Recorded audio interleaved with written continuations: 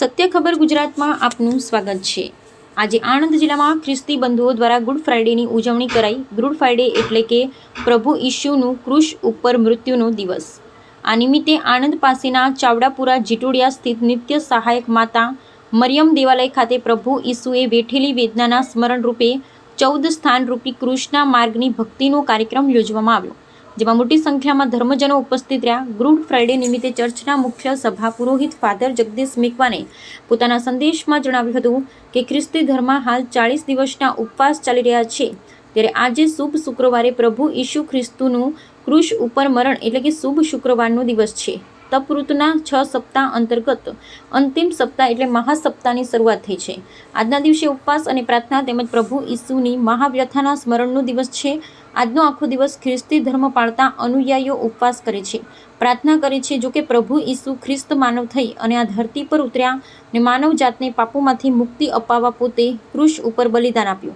આ દિવસની ઉજવણી નિમિત્તે નિત્ય સહાયક માતા મરિયમ દેવાલય ચાવડાપુરા જીટોડિયા ખાતે ગુડ ફ્રાઇડે ઉજવણીમાં મોટી સંખ્યામાં ધર્મજનો હાજર રહ્યા હતા। ગુડ ફ્રાઇડે શુભ શુક્રવાર આજના દિવસે પ્રભુ ઈસુએ પોતે નિર્દોષ હોવા છતાં ક્રૂસ ઉપર પોતાનું બલિદાન આપ્યું અને એ રીતે માનવજાતને પાપમાંથી મુક્તિ આપી।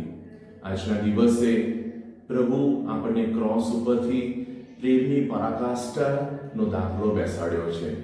પોતાના મારનારને પણ એમણે કહ્યું કે હે પિતા, આ લોકોને માફ કર કે એ લોકો જાણતા નથી તેઓ શું કરી રહ્યા છે। કેટલી મોટી માફી પ્રભુએ ક્રૂસ ઉપરથી આપી। આજના દિવસે હું તમામ નગરજનોને શુભેચ્છાઓ પાઠવું છું અને આજના દિવસે સમાજની અંદર પ્રેમ, શાંતિ અને ખાસ કરીને માણસ વચ્ચે માફી મળે અને બધા જ પ્રેમથી કુટુંબની ભાવનાથી જીવે એવી મારી પ્રાર્થના અને શુભેચ્છાઓ છે। આજે ગુડ ફ્રાઇડે, આવતીકાલે પવિત્ર શનિવાર અને પવિત્ર રવિવારે એટલે કે પાસ્કા પર્વના દિવસે પ્રભુ ઈસુ સજીવન થઈને બીજો એક મહત્વનો સંદેશ આપે છે કે એમણે મૃત્યુ પર પણ વિજય મેળવ્યો છે।